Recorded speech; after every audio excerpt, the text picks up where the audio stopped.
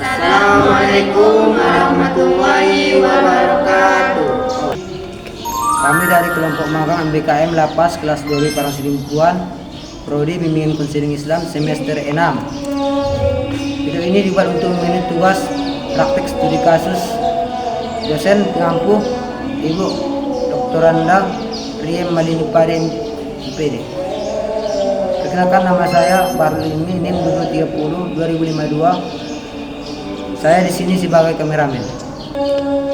Perkenalkan, nama saya Narianti Rahmuti dengan NIM 2230 2056. Saya di sini sebagai konselor. Perkenalkan, nama saya Niwajana Sution, NIM 2230 2044. Saya sebagai editor. Perkenalkan, nama saya Putri Saima Rizky, NIM 2230 2045. Saya di sini sebagai penulis. Assalamualaikum. Saya pakai sekarang. Kenapa dia 3 orang yang anggap selama 6 bulan?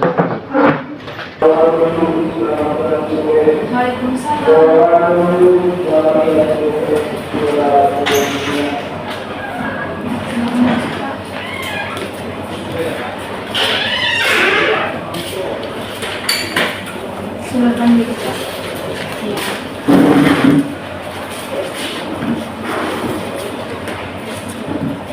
Bagaimana kabarnya Pak hari ini? Alhamdulillah baik Bu. Baik. Bapak tadi kesini naik apa Pak? Yang kedua. Angkot. Sebenarnya Bapak tahu tempat ini dari siapa? Dari Bu. Oh ya. Oke. Perkenalkan, nama saya Narianti Rahmuti. Saya sebagai konselor di sini. Boleh Bapak perkenalkan diri terlebih dahulu? Nama saya sudah umur saya 49 tahun. Status saya narkoba Bu. Saya Pak. Asal dari Kota Medan Bu. Sebelumnya Bapak sudah pernah melakukan konseling? Belum Bu. Belum ya. Bapak sudah tahu apa itu konseling? Belum Bu. Belum. Oke, sebelum kita melakukan konseling, saya ingin mengatakan bahwasannya biasanya kita melakukan konseling selama 30 menit Pak. Baik, sebelumnya Bapak sudah tahu apa itu konseling? Jadi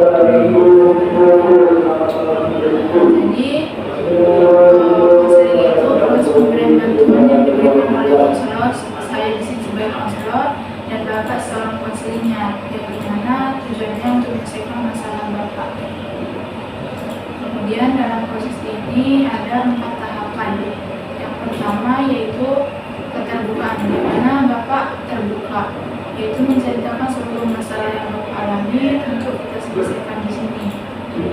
Yang kedua, sukarela, maksudnya Bapak ke sini tanpa ada keterpaksaan, datang ke sini dengan niat untuk memang mau kita apakan masalah Bapak. Kemudian asas terkini, di mana asas ini kita membahas tentang masalah-masalah yang terjadi sekarang, bukan yang sudah-sudah. Kemudian yang keempat yang paling penting Pak, yaitu asas kerahasiaan, di mana setelah kita sudah menceritakan masalah ini, setelah kita berkonsultasi, masalah ini cukup kami saja yang tahu. Setelah dari sini kami jamin bahwa masalah Bapak tidak akan bocor keluar. Bapak sudah paham? Baik, kita mulai ya Pak diskusinya. Jadi masalah Bapak boleh Bapak ceritakan kepada kami agar kami tahu untuk memberikan solusi dan saran. Silakan Pak. Di sini saya kasusnya narkoba Bu. Jadi saya dari itu rumah. Jadi tindakan. Jadi saya di sini beradaptasi agak susah waktu pertama kali sampai sini Bu. Karena saya merasa agak susah ini bahasanya bahasa daerah Bu. Jadi kita nggak tahu bahasa daerah, tahu saya bahasa Inggris saya gitu Bu. Ini lama kemudian nyaman juga ini dari sini Bu. Karena saya lama sistem baiknya udah tahu kan bahasa itu. Jadi masalah Bapak ini mengenai kerjaan lah Bu. kerjaan. Maksudnya kerjaan ini ini Pak setelah dari sini ya maksudnya. Iya lalu gimana yang saya keluar dari sini supaya bisa mendapatkan pekerjaan ataupun punya pekerjaan yang baik. Sebelumnya kerjaan Bapak sebelum masuk ke sini apa Pak? Kalau boleh tahu. Dulu saya sebelum jual narkoba bu, saya petani bu. Petani. Petaninya buah atau padi? Padi bu. Padi. Kita jual padi bu. Udah lama? Lama bu. Ya. Kalau Bapak ke sini keluarga tahu nggak? Tahu lah bu. Kalau yang bertani itu Bapak rasa pendapatannya bagaimana? Ya, lumayan lah bu. Lumayan. Tapi kenapa Bapak pilihnya ke narkoba? Gimana ya bu, tergiur dengan iming-iming narkoba ini lah bu, supaya bisa hidup senang. Iming-imingnya yang seperti apa Bapak? Contohnya kalau kita jual narkoba ini kan bu, kayaknya mudah bu, mau beli apa aja nggak bisa gitu. Nah, awal Bapak mulainya tadi ini dari siapa Pak? Kan bisa entah dari lingkungan atau kawan? Dari itu dari kawan-kawan. Awalnya Bapak ada nggak niatan untuk menolak ajakan kawan itu? Pertama kali menolak sih bu, takut juga saya kan. Tapi lama kelamaan jadi berani gitu, jadi keterusan akhirnya sampai sini juga gitu. Oke. Kalau dari pihak keluarga tahu nggak Bapak melakukan pekerjaan ini? Bagian salah satu dari Sebenarnya juga kalau yang tahu boleh kalau saya tahu siapa saja. saya kalau belum masalah bu. Kalau anak apa? Anak jadi tahu juga bu, pertamanya nggak tahu kan gitu. Tapi kan lama kelamaan jadi tahu. Kemarin Bapak ditangkap dalam posisi seperti apa? Posisi dalam rumah bu, Di rumah. Itu lagi melakukan transaksi atau bagaimana? lagi ngerjain bu. Di Ngerjain. Biasanya Bapak menjual ke mana? Misalnya. Buat saya dalam perhitungan saya buat di Malaysia gitu. Oke,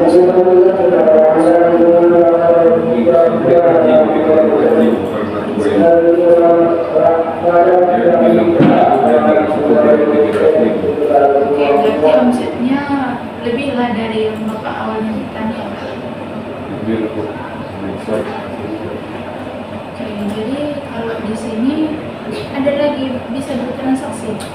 Nggak bisa. Nggak bisa kan? Karena di sini hukum ya Pak. Jadi nggak bisa menghalalkan yang itu lagi di dalam sebuah penjara ini. Jadi kalau dari Bapak sendiri ada lagi keinginan untuk melakukannya lagi? Kemudian saya nggak ada lah bu. Berarti Bapak udah merasa udah cukup ya untuk satu kali ini aja. Kalau boleh tahu sudah ada masa tahanannya udah tahu berapa lama? Kemarin pas saya ditulis 10 tahun bu, 3 bulan. Jadi untuk saat ini mungkin bisa bentar lagi saya bebas bu. Jam berapa? Kalau bolehnya belum tahu bu, tinggal bebas kerja bu. Tapi udah sidang Bapak. Bapak kemarin ada debit. Berapa? Jadi saya naikkan ke polisi 35 gram. Seharusnya Seharusnya 100 gram. berarti di peluang Bapak.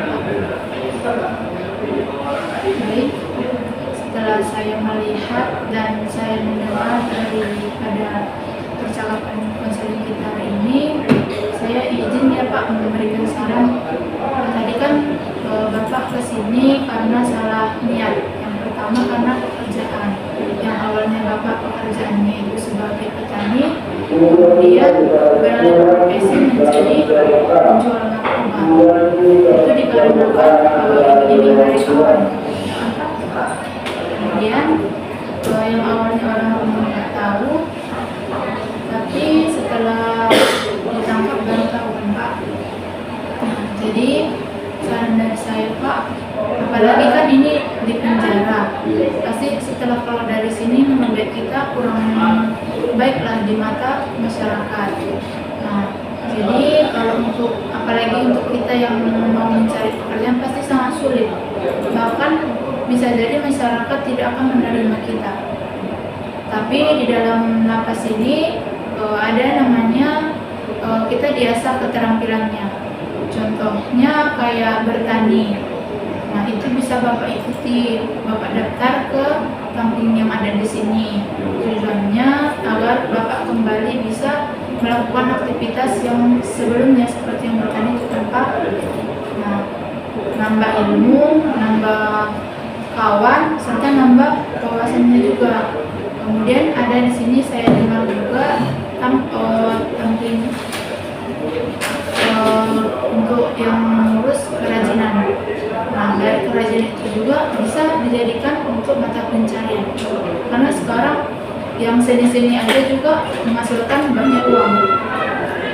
Kemudian satu lagi dompet, bimbingan kerja kan, di situ bisa ngelas ataupun membuat modif barang yang bertujuan untuk mengasah kemampuan menari setelah dia keluar dari sini untuk menjadikan hidupnya lebih baik lagi. Apakah Bapak mengerti? Jadi saya harapkan Bapak jangan sampai masuk ke sini 2 kali lagi, karena mungkin yang pertama saya ngilangkan diri Bapak dan keluarga. Yang kedua, carilah pekerjaan yang halal walaupun dipandang rendah tapi dia menghasilkan. Dan kalau bertani juga menghasilkan, melakukan kegiatan pengrajin juga menghasilkan. Apalagi kalau sudah menjadi orang yang profesional di bidangnya. Kemudian saran saya satu lagi, niatnya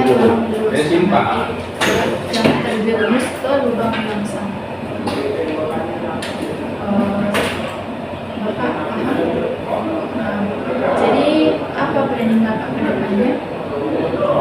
Rencana saya pulang nanti mau jadi ternak aja Bu, ternak kambing. Ternak kambing itu juga bagus, karena di ternak kambing kan selain menjual lagi, bisa kan menjual ternaknya langsung, itu tuh mendapatkan keuntungan yang cukup banyak. Kemudian kalau masalah modalnya, Insya Allah ada Bu. baik, mungkin kita cukupkan proses konseling kita pada hari ini. Jika Bapak ada pertanyaan ataupun ada yang mau dikonsultasikan lagi, kita tulis jadwalnya di hari depan ataupun minggu yang akan datang. Terima kasih Bapak sudah hadir di ruang konseling ini. Semoga dengan adanya ruang konseling ini bisa memberikan masalah Bapak dan saya juga bisa memberikan bantuan kepada Bapak. Assalamualaikum warahmatullahi wabarakatuh. Mari Pak, silakan.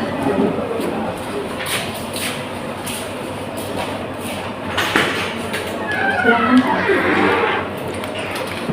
Terima kasih.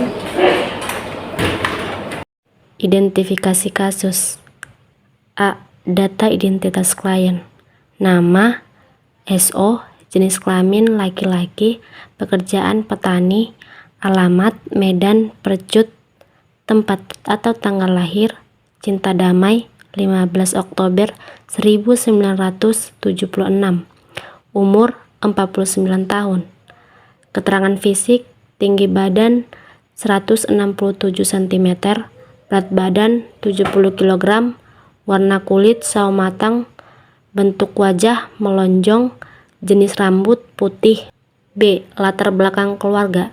Nama ayah GH, pendidikan terakhir ayah SD, pekerjaan petani, nama ibu almarhumah WM, pendidikan terakhir ibu SD, keadaan ekonomi susah, status atau keadaan orang tua, meninggal satu yaitu ibu, alamat sekarang Medan Cinta Damai, sekarang tinggal bersama anak paling kecil.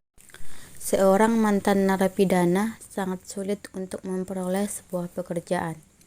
Banyak perusahaan maupun lapangan pekerjaan yang sangat sulit menerima seorang mantan narapidana, karena seorang mantan narapidana pasti mendapatkan pandangan yang buruk atau diskriminasi dari masyarakat.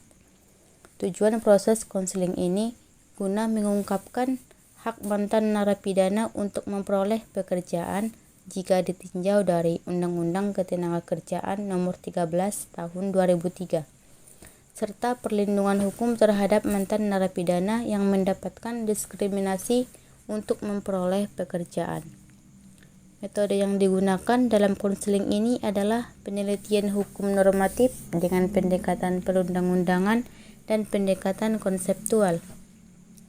Sumber bahan hukum yang digunakan berupa sumber bahan berasal dari wawancara dan hasil observasi di lapangan.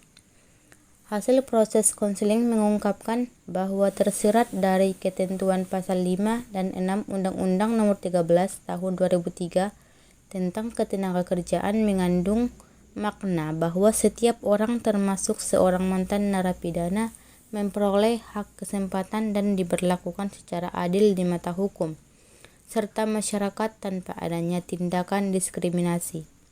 Bentuk perlindungan hukum yaitu secara langsung maupun tak langsung dan dapat berupa perlindungan hukum preventif dan represif terhadap pelaku yang melakukan tindakan diskriminasi dijerat dengan sanksi pidana yang diatur dalam pasal 156 KUHP.